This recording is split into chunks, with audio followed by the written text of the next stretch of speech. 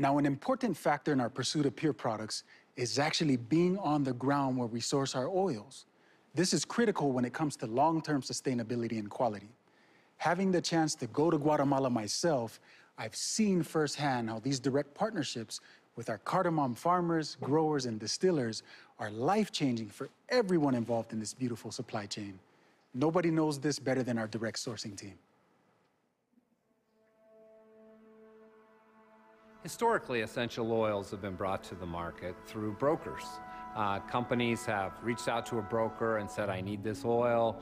The broker works all of his channels to find whatever oils he can and then sells them to the company and sells them as pure oils. And so the company will then sell those oils to the consumer, oftentimes thinking that they're pure oils. But when they've gone through a broker, you never quite know what's happened. One of the real challenges in the world of essential oil has been connecting the end customer with the farmer. Okay, there's the middlemen that create challenges. And with doTERRA, we're the only one in between, right? We work directly with the farmers, then it's doTERRA, and then it's the consumer. When you have other people in between, you know, the farmer may get taken advantage of. A small-scale farmer that is producing an essential oil crop in a country typically doesn't have any kind of contract commitment for what they're producing. They also are relying usually on very limited information and market information.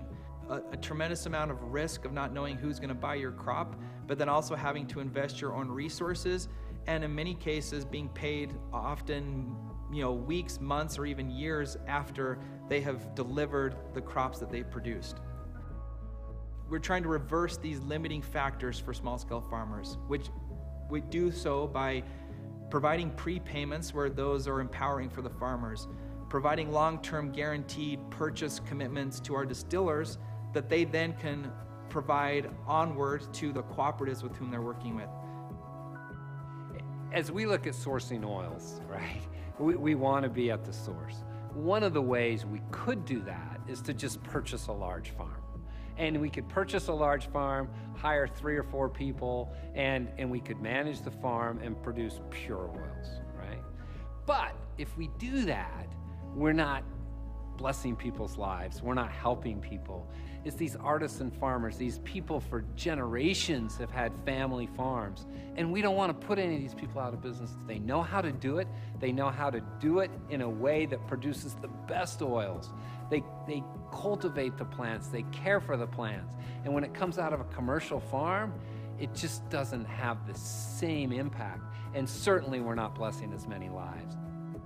We do this through working globally, having a sourcing team that is working very hard and present, and even most cases living within the region where they are overseeing sourcing, and establishing relationships with these distillers that we have spent many years meeting, learning, and partnering with. One of the keys with going direct to source is to know who we're working with and making sure that the grower is receiving the money that we're paying for the oil. You know, we buy an oil, and if we buy it from a broker, then you know, you don't know where the money is eventually going, or if the end farmer's getting it. That's why we don't deal with brokers. In Guatemala years ago, when we were beginning to source cardamom, I was talking to growers of cardamom, and I was talking to them, and I said, we want to work with you. And they said, well, what about the coyotes? And the coyotes are people who would come around, and they were just brokers who were buying oil and taking advantage of the farmers. And I said, our goal is to eliminate coyotes. And they said, I remember one of the growers said, oh, that's going to be very difficult to do. And I said, well, at doTERRA, we like to do hard things. So we're going to eliminate the coyotes, and we're going to work directly with those who harvest the cardamom. And that's exactly what we've done over the past 6 years.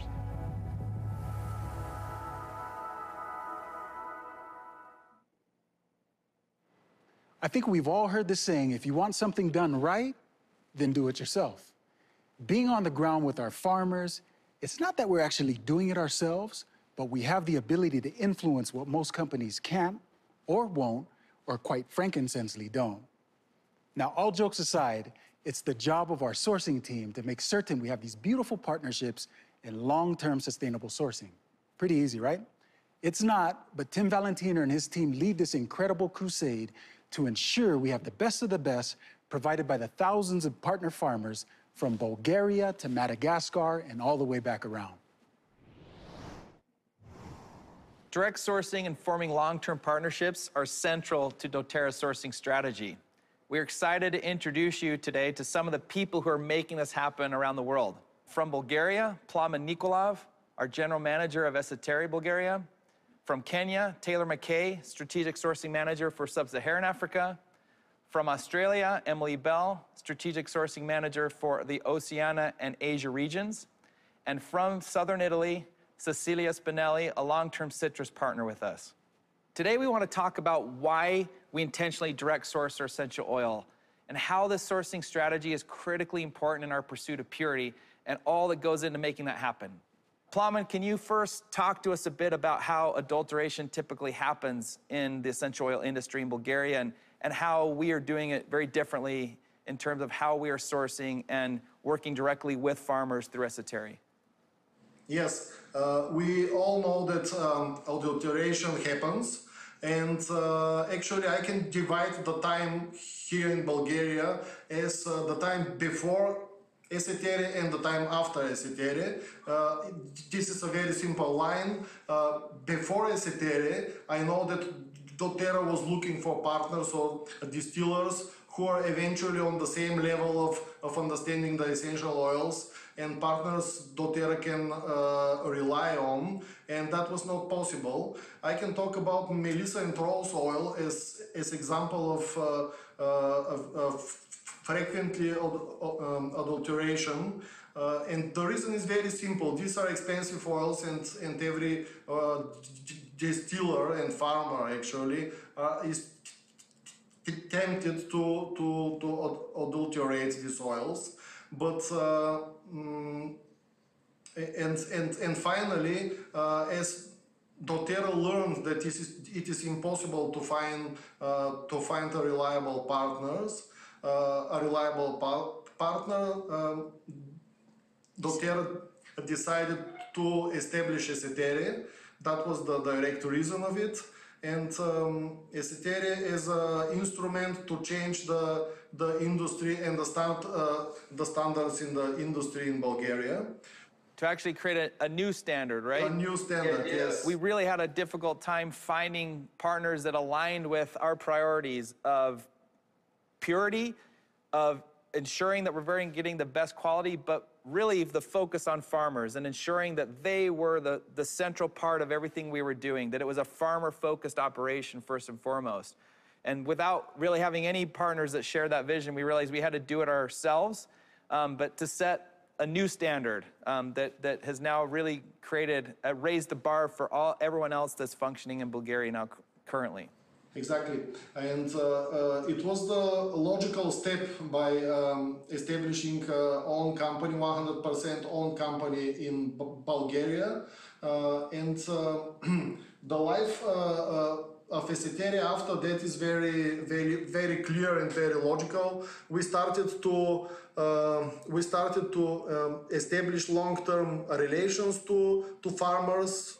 The oils we distill at Esoteric are lavender, melissa, yarrow, and we partner with important rose distilleries in the meantime, while the construction of our own rose distillery is still running, and we are expecting to be ready for the 2021 season of campaign of the rose. Yeah, we are all very excited for Terra Rosa to be completed and to be able to have the crowning jewel of essential oils from Bulgaria be the rose oil and being distilled ourselves through Esoteric. It's going to be very exciting next year. Absolutely. Thank you so much, Plamen. It's truly been a transformative effort in how these oils are sourced in Bulgaria. And Plamen, Esoteric is the amazing place that it is today because of your incredible leadership and the amazing Esoteric team who work tirelessly to prioritize purity, but also farmers first. The journey for how Esoteric was born and what it is accomplishing today is honestly a story worth a lengthy book. It's amazing to think back where we were just 5 years ago And we hope that all of you have the chance, the opportunity at some point to visit Esoterra on a co-impact sourcing trip or an incentive trip to see all of this happening firsthand. So thank you again, Plamen. Welcome.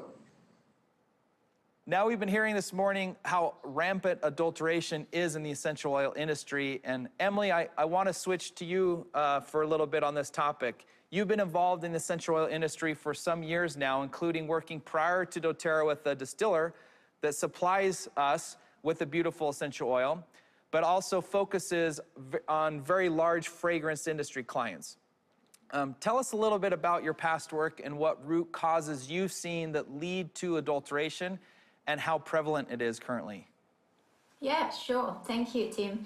Indeed, I previously worked for one of doTERRA's partner distiller here in Australia before I joined doTERRA and the sourcing team. So I can say that I witnessed firsthand, how serious doTERRA is about sourcing pure and natural oils, and having to do that, meaning working directly with partners on the ground, because the fact is that to avoid any risk, you can't be buying any oils from brokers, because you might face, potentially be supplied with adulterated oils that, they would have done that for their own benefit. So yeah, working directly on the ground with the partners is definitely key. So when I worked there, I did deal with a lot of large fragrance companies as well.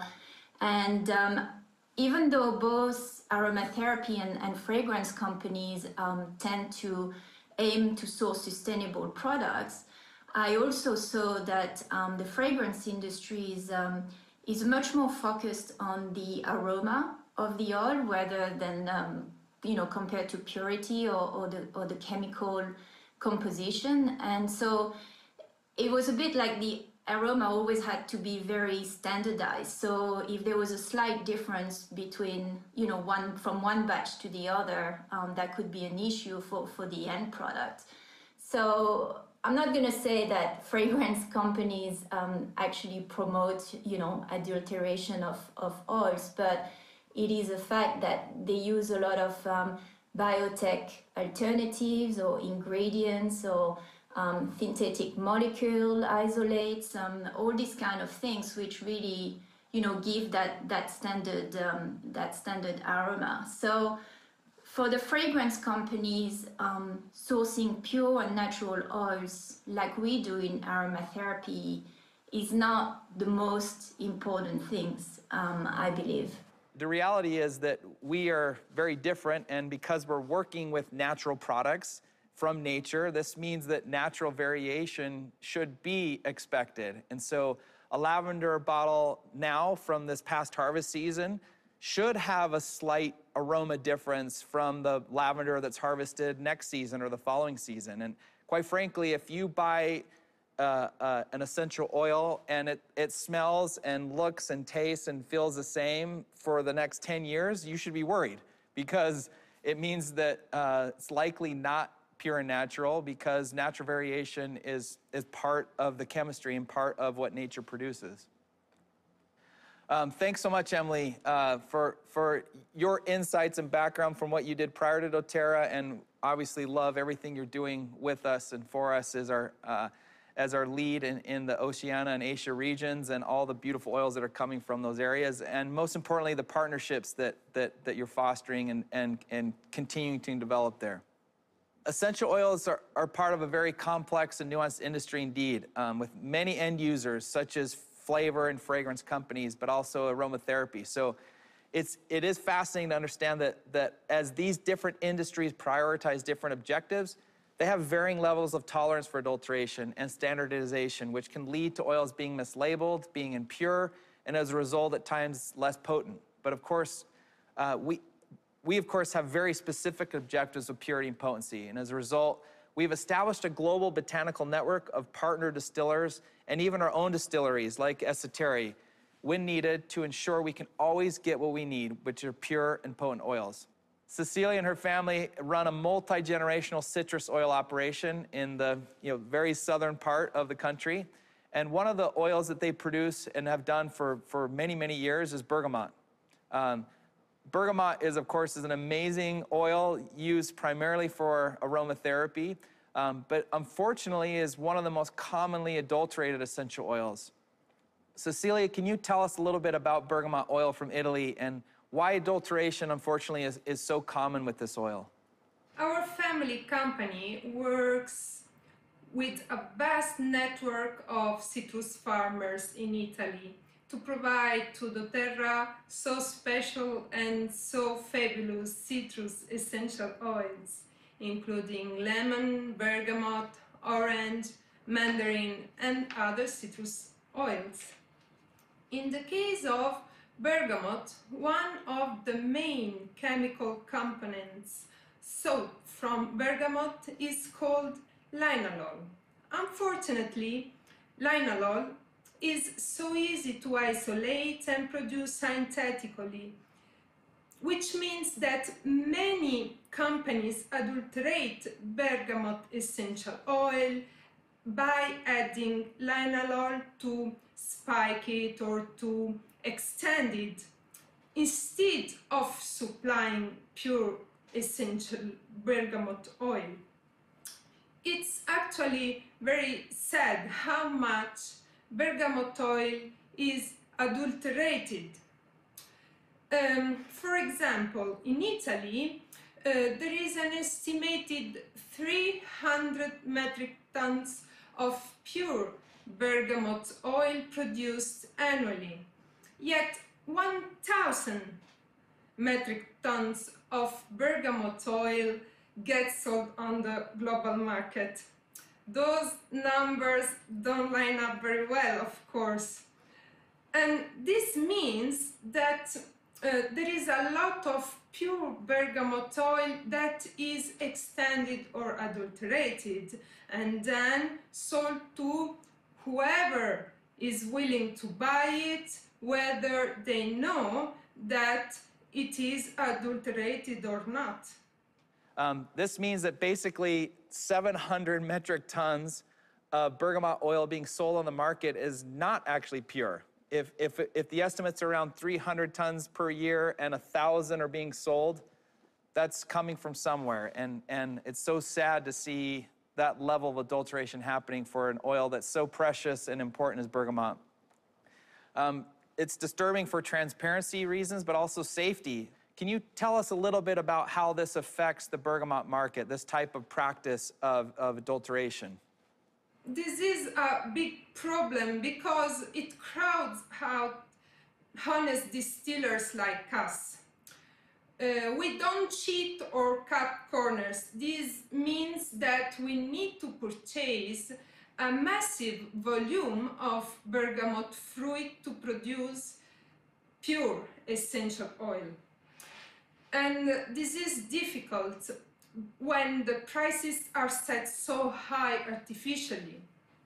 It's so important for us to understand how oil adulteration ultimately cheats not only the consumers, but it hurts the farmers who are so dependent on what they produce for their livelihood, and how we need to continue to educate the world about this. Now for our last questions, Taylor, you are based currently in Kenya and oversee our clove bud oil that is coming from Madagascar, where unfortunately as well essential oil adulteration practices are widespread. Can you talk to us a little bit about that in the Madagascan context, but also about clove in particular? Yeah, thanks, Tim. So clove is unique in the fact that the clove tree has 3 distinct plant parts that have different chemical profiles. So you have clove bud, clove stem, and clove leaf. And oftentimes these are distilled together or blended together afterwards, despite their chemistries being quite different. And then they're sold as a package deal as a pure clove bud essential oil. In a minute, I think we'll be learning a bit more about this in a new video that describes just how complicated the clove industry is, particularly in Madagascar. But what I think is important here is to focus on doTERRA's approach to direct sourcing of clove bud through our trusted partners and distillers. This approach, as Ben alluded to earlier and many of the panelists have spoken about, really helps us ensure that we are indeed receiving 100% pure clove bud oil versus something else. Because like I mentioned, what is normally traded and sold, or often traded and sold as pure bud oil, is almost always an adulterated version of clove stem or even clove leaf oil that's mixed and blended together. In fact, I think after all the work that we and our partners have been doing on the ground in Madagascar for the past several years, we're pretty convinced that we're likely the only company in the world that's actually able to say with confidence that our clove bud oil is actually truly clove bud oil and not something else. It's also encouraging to know that we can have confidence in the purity of doTERRA's clove bud oil and the good we are doing for the farmers by prioritizing pure oil and paying even a premium for it. Can you tell us a little bit more about that? Yeah, so one of the challenges that exists in the market is that most testing labs usually don't have the capability to really distinguish clove bud, pure bud, from adulterated oil, particularly when it's coming from even the same tree, but just different plant parts. But we're pioneering the way for customers to feel confident in the purity of the oils that they're receiving. We're not only ensuring this purity through direct sourcing with farmers and distillers, by being right at the ground and at the source, but also, of course, through our state-of-the-art third-party labs who provide testing for adulteration, and then, of course, our own internal quality control procedures to ensure CPTG standards are kept. Thanks, Taylor. Again, all these practices help us to source the best and help the most. The results of this hard work coming together to ensure that we truly have the potency of pure clove bud oil, when very likely no other company can say and verify the same. And this has indeed been an amazing journey as we've tried to understand so much about clove bud. I want to say thank you so much to each of our panelists for being with us. And as Taylor mentioned, please stay tuned for the premiere of our first episode of the new series, The Pursuit, which takes a deeper dive into what we've been talking about here today in terms of Madagascar and clove bud, but also why direct sourcing is absolutely important to everything we're doing with our sourcing strategy. Tim's team will be back tomorrow to share more about the impact we're making globally. But there's a reason we travel the world in pursuit of the purest essential oils. You've seen the other oils. They've been changed, cheapened, synthesized. They've been adulterated.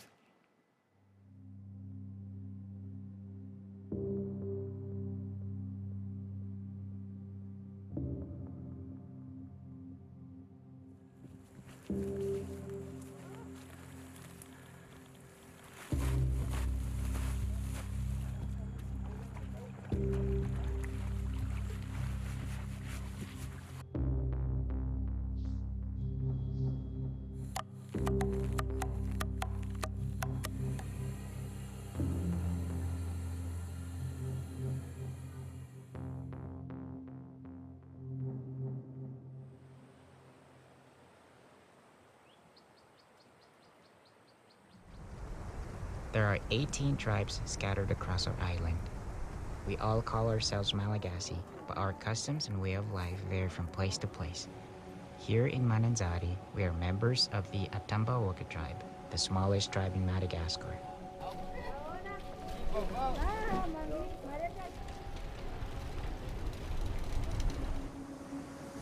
The ocean is our lifeblood here in Mananzari. We rely on the water for everything, from fishing and hunting to plant cultivation. We are surrounded on one side by salt water and fresh water on the other. Some of our largest exports are coffee, vanilla, and a variety of essential oil crops like vetiver, cinnamon, and clove.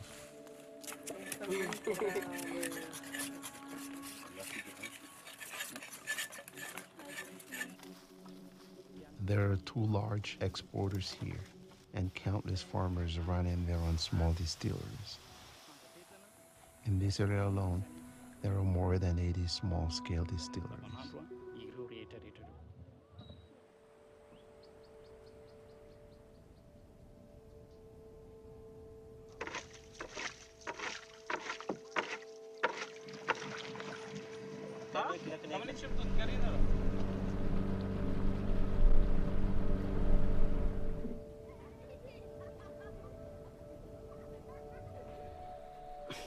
My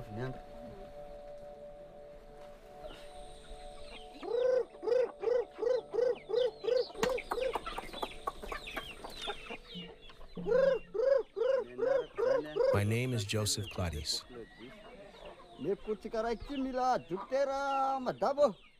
I've been a farmer here in Mananzari for 7 years now. My wife Rosine and I moved here after getting married, and we began farming coffee and rice.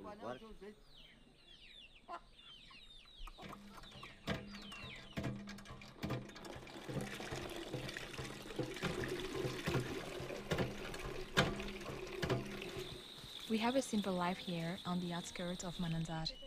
Each morning, Claudius feeds the chickens and prepares our tools while I fetch water and cook breakfast.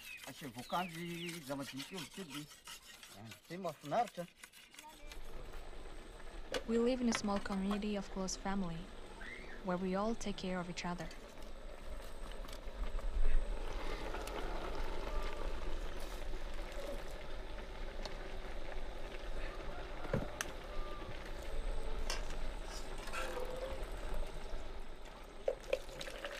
We have a young son named Claudio. He's 7 years old. He always says that he wants to be a doctor when he grows up. Claudio's education is very important to us. Up until a few years ago, we were still only planting coffee and rice, but that wasn't enough. We started planting clove trees, which provided an additional income we could use to send Claudio to school.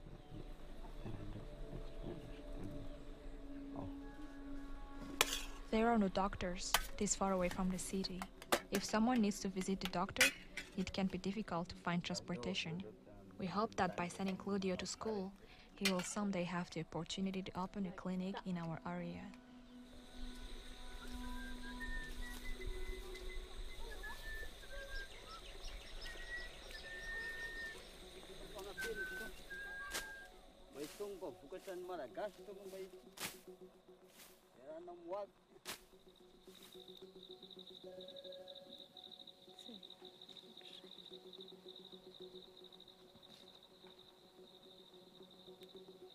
Planting clove isn't enough to make us rich, but it does get Claudio his education and also allows us to save for the future.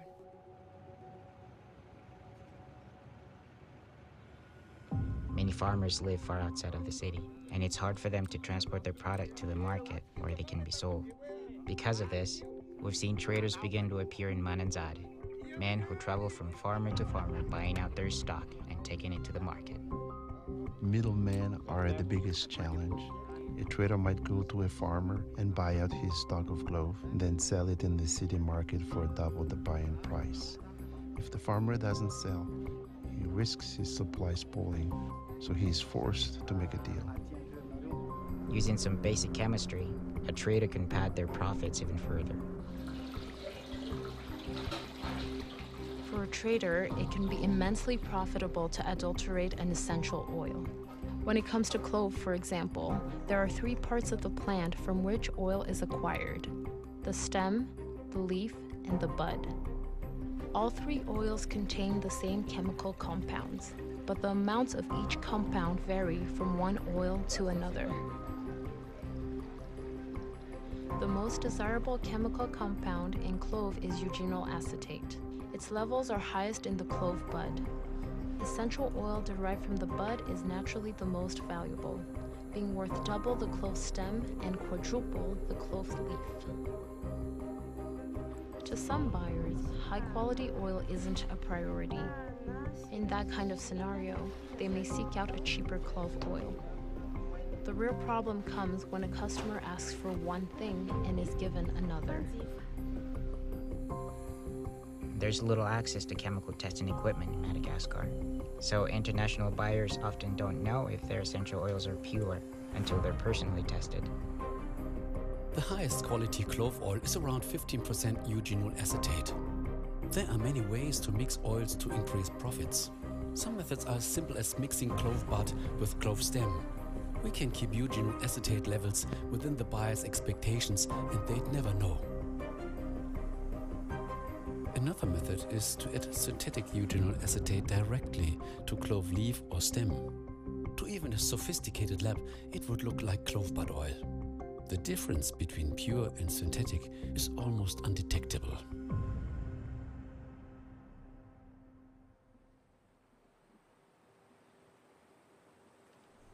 Naturally, most sellers claim their oils are pure, and it would be difficult to prove them wrong. To give our buyers confidence in the oil we produce, we ship our essential oils to one of the only labs on the island, in Antananarivo, our nation's capital. The tests we run in this lab are not comprehensive, but it gives our buyers some base levels to go off of.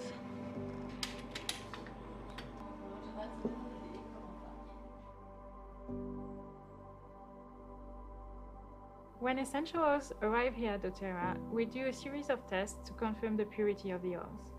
At the Quality Control Lab, we use an extensive protocol to ensure the purity. One of the most common tools in the industry is the GCMS, which is used to identify each individual chemical compound present in the oils. It shows the natural composition of the oil, and we also use it to check for adulteration and contamination with chemicals that are not naturally present in the oils. GCMS by itself is not enough to ensure purity. This is why at doTERRA we have additional testing that looks at organoleptic and physical properties of the oils. The last thing we do is to make sure the oils are free of contaminants, such as heavy metals, pesticides, and microorganisms. Because our sourcing team works closely with our suppliers and quality is ensured at the source, we rarely see adulteration.